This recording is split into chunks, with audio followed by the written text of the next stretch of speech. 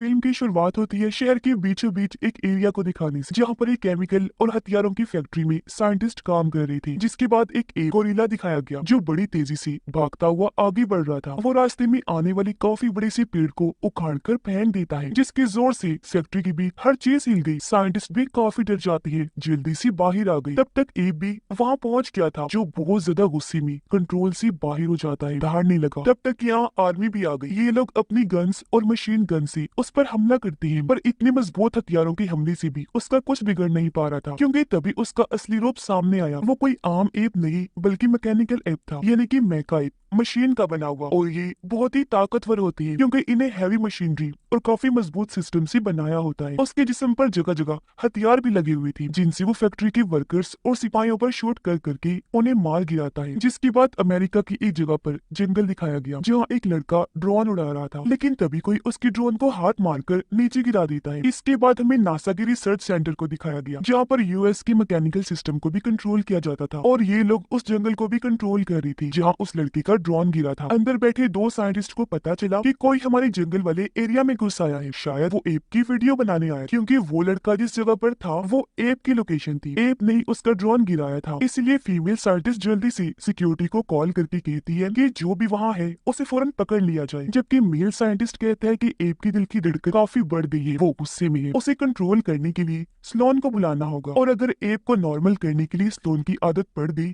तो काफी मुश्किल होगी। स्लोन असल में इनकी सीनियर साइंटिस्ट थी, जो एप की दोस्त भी थी, उसके साथ खेला करती थी। जिसके बाद हमें स्लोन दिखाई गई, जो भी इस जगह पर पहुंच जाती है। उसकी साइंटिस्ट दोस्त उसे सारी बात बता देती है कि एप की हालत बहुत खराब है, वो शदीद गुस्से में है, इसलिए उसने ड्रोन भी फेंक गिराया। मेल साइंटिस्ट उसे बताता है कि हमने ड्रोन उड़ाने वाले लड़के को भी पकड़ लिया है। इसीलिए स्लोन और उसकी साइंटिस्ट दोस्त लड़के से पूछताछ करने जाती है, जो पेशे से प्रोफेसर था। दोनों उससे पूछती है कि तुम हमारे एरिया में क्यों आए थे। वो कहता है मैं तो नहीं आया, मैं तो बाढ़ की दूसरी साइड पर था। स्लोन कहती है पर ये ड्रोन तो तुम्हारा था ना, हमारे एरिया में आया है, इस बात को तुमने माना भी है। वो कहता है कि हाँ मेरा ही है, पर मैंने कुछ गलत तो नहीं किया। स्लोन पूछती है अच्छा ये बताओ तुम्हें एप की वीडियो बनाने के लिए यहाँ किसने भेजा था। इस पर वो ये बात टालकर नासा के कामों को बुरा भला कहने लगता है, और क्योंकि ये लोग नासा के लिए ही काम कर रही थी, इसलिए वो इनको बातें सुनाने लगा कि नासा के काम देखो, एप को पहले स्पेस आसमान में स्टडी के लिए भेज दिया, और अब जब वो म्यूटेट होकर पूरी तरह बदल कर वापिस आया है तो तुम लोग उसे कंट्रोल ही नहीं कर पा रहे हो। इस पर स्लोन को गुस्सा आ गया। वो कहती है कि एप की सेहत की और सारी जिम्मेदारियां मेरी हैं, तुम्हारा मसला नहीं है, अपने काम से काम लो। जो कहकर वो उसे यहाँ से भेज देती है। उसकी साथी साइंटिस्ट स्लोन को बताती है कि एप को जल्द से जल्द यहाँ से दूसरी जगह भेजने का कहा गया है। स्लोन कहती है कि मैं एप को किसी बंद जगह पर नहीं रख सकती, क्योंकि ये चीज उसके लिए ठीक नहीं होगी। ये कहकर स्लोन अब्राहम एप के पास जाती है। उसके पास पर्पल रोशनी भी थी, जिसकी मदद से वो एप को कंट्रोल भी कर सकती थी। एप का साइज काफी बड़ा था। स्लोन उसे खेलने का कहती है, पर इस वक्त वो गुस्से में था, उसका खेलने का मूड नहीं था। तब स्लोन उसे समझाती है कि तुम्हें नॉर्मल रहना होगा तब तक जब तक तुम्हारे खून में एलियन के डीएनए को टेस्ट किया जा रहा है। ये बोलकर वो यहाँ से चली गई। अब हम एक कपल को देखते हैं, जो उसी जगह पर आए थे जहाँ मेका एप ने हमला करके सब कुछ बर्बाद कर दिया था। बहुत सारे लोगों को मारा भी था, इसलिए वहाँ खून पड़ा हुआ था। औरत एक जगह पर हाथ लगाकर कहती है कि हमारे मरे हुए बेटे का सिर्फ यही खून बचा है, क्योंकि इन्हें वहाँ से अपने बेटे की अंगूठी मिली थी। वो कहती है कि मेरा बेटा हमारे मुल्क की होने वाली शान था। यहाँ बच्चे के डैड भी थी, जिसका नाम आर्नोल्ड था, जो दूसरे मुल्क की इंटेलिजेंस एजेंसी का डायरेक्टर था। ये जिस मुल्क से थी वो यूएस का दुश्मन था। आर्नोल्ड की वाइफ उस पर गुस्सा करने लगी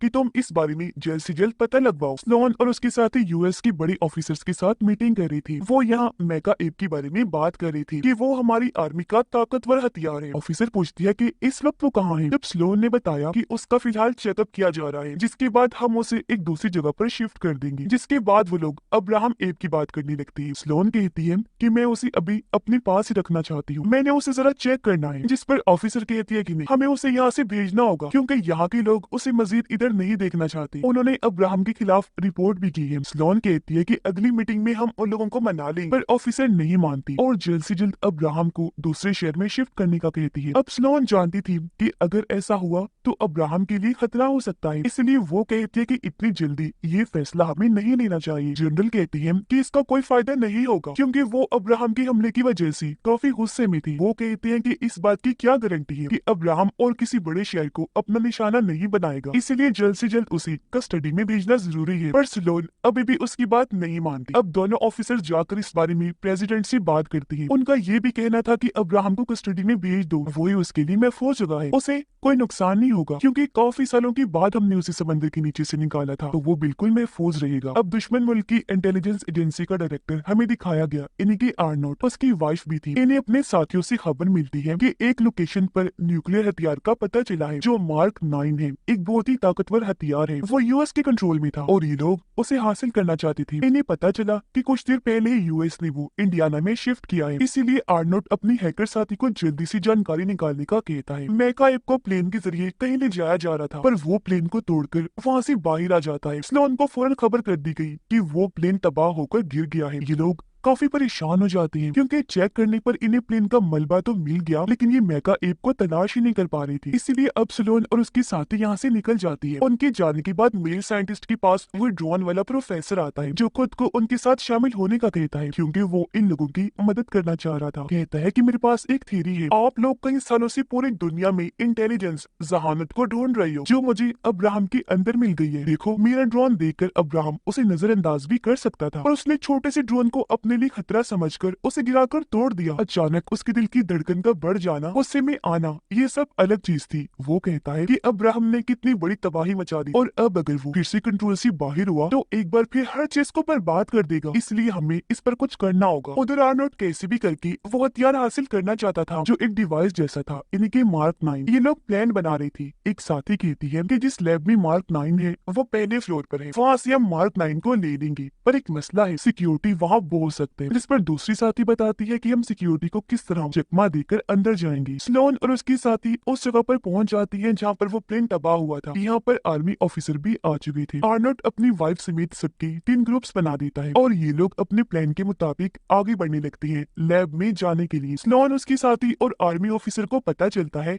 कि कोई चीज रेत से बाहर आ रही है जो और कोई नहीं बल्कि मेका एप था। वो उठ खड़ा होता है क्योंकि उसने खुद ही अपने आप को एक्टिवेट कर लिया था, चला लिया था। इसलिए सब लोग अपनी अपनी जान बचाने के लिए वहाँ से भागने लगते हैं। आर्नोल्ड और उसकी साथी सिक्योरिटी को चकमा देकर लैब में आखिरकार घुस ही गए थे। उनके पास हथियार भी थे। मेका एप कंट्रोल से बाहर हो गया था। हर तरफ तबाही मचाता हुआ वो शहर में घुस गया था। कुछ ही देर में उसने शहर का बुरा हाल कर दिया था। वो सिर्फ एक मुक्के से पूरे घर को तहस नहस कर रहा था, जिससे कई लोग भी जख्मी हो गए थे। हर तरफ आग भी लग चुकी थी। बचे हुए लोग अपनी अपनी जान बचाकर वहाँ से भागने लगते हैं। इस बारे में जब प्रेसिडेंट को पता चला तो वो अपनी ऑफिसर पर काफी गुस्सा करने लगता है। पूछता है कि ये हथियार मेका वेपन अचानक इतना खतरनाक कैसे हो गया है, किस तरह ये बिगड़ गया, तुमने उस पर ध्यान क्यों नहीं दिया। इसलिए अब वो हुक्म देता है कि इसे जल्द से जल्द बंद किया जाए। गाड़ी के जरिए स्लोन और उसकी साथी भी उस जगह पहुंच जाती है जहाँ मेका एप था। स्लोन गाड़ी से उतरकर उस तरफ भागी जहाँ वो जा रहा था। वो काफी ऊंची बिल्डिंग की छत पर जाकर मेका एप के ऊपर कूद पड़ती है। अभी भी वो क्योंकि इसे कंट्रोल नहीं कर पा रही थी, इसलिए वो उसके अंदर घुस जाती है ताकि इसके सिस्टम को रोक सके। यहाँ उसे पता चला कि मेका एप का सिस्टम तो किसी ने हैक करके अपने कंट्रोल में कर लिया है, जब भी वो इस तरह कंट्रोल से बाहर हो गया है। इस बारे में वो फौरन अपनी साथी को बताती है। ये भी कहने लगी कि जिसने मेका एप को हैक किया उसने इसके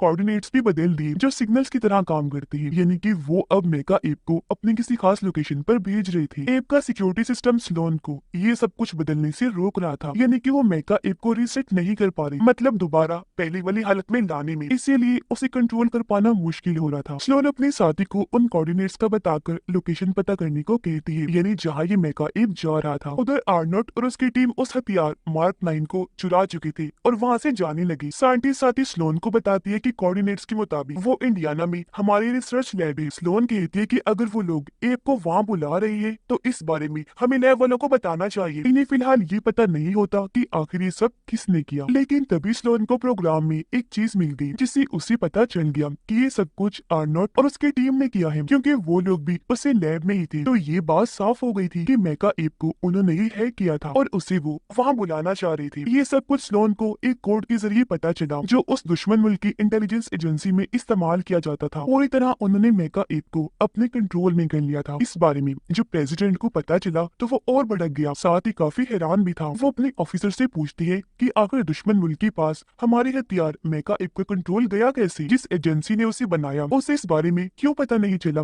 आखिर वो क्या कर रही थी अब तक। फिर वो पूछता है कि अब उसे कैसे रोकना है, क्या प्लान है हमारे पास। तब जनरल कहता है कि पहले भी उसे रोकने के लिए हमने अपने सिपाहियों की 2 टीम्स को भेजा था, जिसके बाद तीसरी को भी भेज दिया दिया ताकि वो लोग उस मशीन को बंद कर दे। ये सुनकर फीमेल ऑफिसर कहती है कि ये नहीं करना चाहिए था क्योंकि मेका एक चलता फिरता हथियार है, उसने पहले भी दोनों टीम्स को बुरी तरह खत्म कर दिया है। प्रेसिडेंट को भी उसकी ये बात सही लगी। वो कहता है कि मैं इस तरह